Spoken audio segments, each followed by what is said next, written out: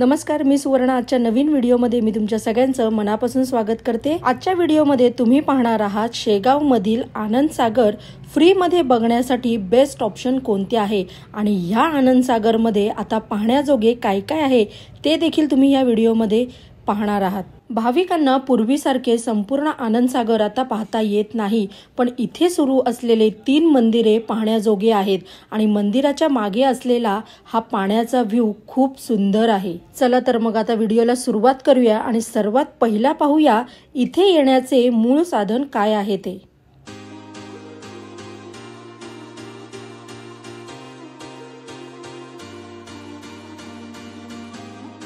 शेगावमध्ये संत गजानन महाराजांचे दर्शन घेतल्यानंतर प्रत्येक भक्ती निवासमध्ये ही फ्री बस सुविधा भक्तांसाठी उपलब्ध केलेली आहे. आम्ही सकाळी लवकर संत गजानन महाराजांचे दर्शन घेतले आणि फ्री बस सुविधेचा लाभ घेतला, ज्याचा लास्ट स्टॉप आहे 20वा भक्त निवास. इथून तुम्ही 20 ते 30 मिनिटं जर चालत गेला तर थेट पोहोचता आनंद सागर या ठिकाणी. सर्वात महत्त्वाचे इथे प्रवेश तुम्हाला विनामूल्य आहे, पण टायमिंग सकाळी 10 ते संध्याकाळी 5 इतकाच आहे. या व्यतिरिक्त देखील काही महत्त्वाच्या सूचना इथे फलकावर दिलेल्या आहेत. एक गोष्ट माझ्या इथे लक्षात आली की आता इथे कुठेच आनंद सागर याचा बोर्ड नसून त्या ठिकाणी त्यांनी आध्यात्मिक केंद्र हे नाव लिहिलेले आहे. खरं सांगू, अगदी मनातले. पूर्वीचे आनंद सागर आजही माझ्या डोळ्यासमोर आहे. इथे लहान मुलांसाठी मिनी ट्रेन होती, भरपूर झाडं आणि फुलांनी बहरलेली बाग होती, वेगवेगळे मंदिर होते आणि मुळात नाश्ता आणि जेवणाची उत्तम सोय देखील होती. मात्र यावेळी इथे येताना पाण्याची बॉटल आणि थोडासा स्नॅक्स नक्की कॅरी करा, कारण की इथे स्नॅक्स किंवा जेवणाची सुविधा नाहीये. हा संपूर्ण परिसर जर तुम्ही फिरत असाल तर बऱ्याच ठिकाणी तुम्हाला अशा सिटिंग अरेंजमेंट दिलेल्या आहेत. या व्यतिरिक्त सिनियर सिटीजन, लहान मुलांसाठी व्हीलचेअरची सुद्धा सुविधा दिलेली आहे, जी फ्रीमध्ये आहे. या ठिकाणी फ्रीमध्ये जेंट्स आणि लेडीज यांच्यासाठी वेगवेगळे वॉशरूम आहेत. या व्यतिरिक्त आरोचे फिल्टर पाणी सुद्धा अवेलेबल आहे. या ठिकाणी येणाऱ्या कोणत्याही भक्ताची गैरसोय होऊ नये याची संपूर्ण काळजी इथे घेतलेली आहे. त्याचप्रमाणे तुम्ही सुद्धा व्हिडिओ संपूर्ण नक्की बघा, कारण की शेवटचे मंदिर अगदी पाहण्याजोगे आहे. आणि शेवटची आणि महत्त्वाची टीप म्हणजे इथून तुम्ही जेव्हा बाहेर पडाल तेव्हा तुम्हाला तसेच 20 ते 30 मिनिटं चालत 20वा भक्त निवासच्या बस स्टॉप पर्यंत जायचे आहे आणि तिथून तुमच्या भक्त निवास पर्यंत फ्री बस सुविधा अवेलेबल आहे. झाले की नाही तुमचे संपूर्ण दर्शन फ्रीमध्ये.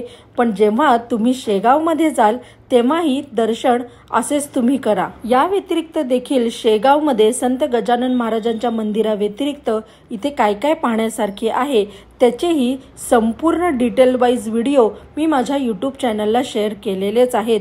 ते व्हिडिओ देखील तुम्ही पाहावे असे मला वाटते. आणि आनंद सागर फिरून झाल्यानंतर इथून तुम्ही महालक्ष्मी मंदिरपर्यंत कसे जाऊ शकता त्याचाही संपूर्ण व्हिडिओ मी केलेला आहे, तो सुद्धा तुम्ही नक्की बघा. शेगावमध्ये हे सगळे पॉइंट फिरत असताना एक लक्षात आले की सोबत पाण्याची बॉटल, सोबत थोडेसे स्नॅक्स, डोक्याला टोपी आणि डोळ्याला गॉगल कंपल्सरी आहे, कारण की इथे ऊन बरंच जाणवत होतं.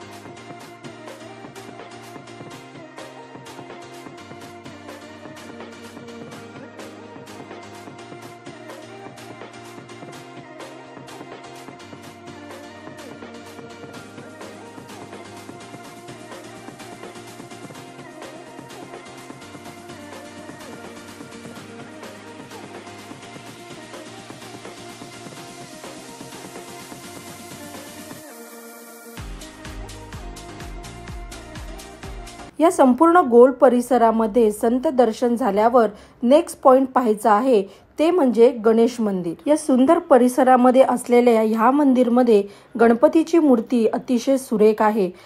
मंदिराच्याच मागच्या साईडला आपल्याला हा सुंदर आणि मोठा असा लेक पाहायला मिळतो। पूर्वी आनंदसागर फिरत असताना शेवटच्या पॉईंटपर्यंत आपण जाऊ शकत होतो, पण आत्ता शेवटचा पॉईंट हाच आहे। त्यानंतर बरंच अंतर चालल्यानंतर आपल्याला जायचे आहे शिव मंदिराकडे। शिव मंदिरकडे जाण्याचा हा जो मार्ग आहे तो अतिशय सुंदर, शांत आणि सावली देणारा आहे।